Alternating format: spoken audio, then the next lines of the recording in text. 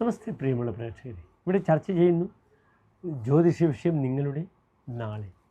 നിങ്ങളുടെ നാളെയിൽ നാം ചർച്ച ചെയ്യുന്നത് 1201 കർക്കിടക മാസം 12-ാം തീയതി ചൊവ്വാഴ്ച, അതായത് 2026 ജൂലൈ മാസം 28-ാം തീയതി ചൊവ്വാഴ്ച.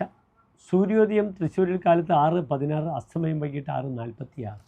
നാളത്തെ രാഹുകാലം ചൊവ്വാഴ്ച നിങ്ങൾക്കറിയാം. 3 മുതൽ 4:30 വരെയുള്ള 1.5 മണിക്കൂർ ദൈർഘ്യ സമയം. നാം ശുഭകാര്യങ്ങളൊന്നും തന്നെ രാഹുകാലത്ത് അനുഷ്ഠിക്കാറില്ല. നാളത്തെ തിഥി പൗർണമിക്ക് തലേന്നാളുള്ള വെളുത്തപക്ഷത്തിലെ ചതുർദശി തിഥിയാണ്, 14-ാമത്തെ തിഥിയാണ്. ചതുർദശി രിക്താ തിഥിയാണ്, ഒഴിഞ്ഞ തിഥിയാണ്. ചതുർത്ഥി 4, നവമി 9, ചതുർദശി 14. ഇതൊക്കെ രിക്താ തിഥിയാണ്, ഒഴിഞ്ഞ തിഥിയാണ്. സാമ്പത്തികമായ ഗുണം നമുക്ക് തരില്ല. തിഥി എന്നാൽ തന്നെ പഞ്ചാംഗത്തിൽ എന്താണ്? ഭൂരിസ്ത്രീ വിഭവ തിഥി ശ്രവണത. തിഥിയിലൂടെ വർദ്ധിച്ച ധനമാണ് ഉണ്ടാവുക.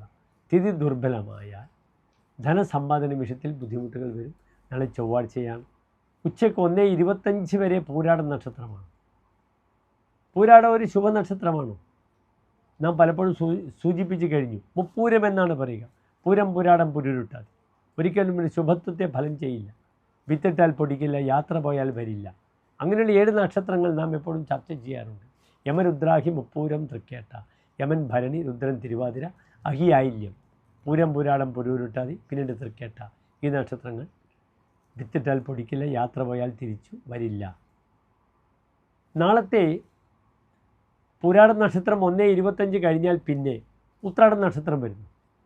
നല്ല ശക്തമായ ഉത്രാട നക്ഷത്രമാണ്.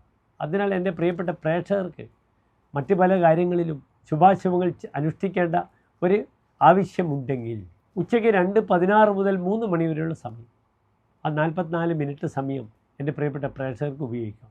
2:16 മുതൽ 3 മണി വരെയുള്ള സമയം. കാലത്ത് ദേവീക്ഷേത്രത്തിൽ നിങ്ങളുടെ പ്രയാസങ്ങൾക്കൊക്കെ പരിഹരിക്കാൻ ശാരീരിക അരിഷ്ടതകളുണ്ടെങ്കിൽ ദേഹമുട്ട്, ശത്രുദോഷമുണ്ടെങ്കിൽ ശത്രുമുട്ട്, കുട്ടികളുടെ പഠന വിഷയത്തിൽ ബുദ്ധിമുട്ടുണ്ടെങ്കിൽ വിദ്യാമുട്ട്, ഇതൊക്കെ ചെയ്ത് നാളത്തെ ദിനത്തെ ധന്യമാക്കുക. നന്ദി, നമസ്തേ.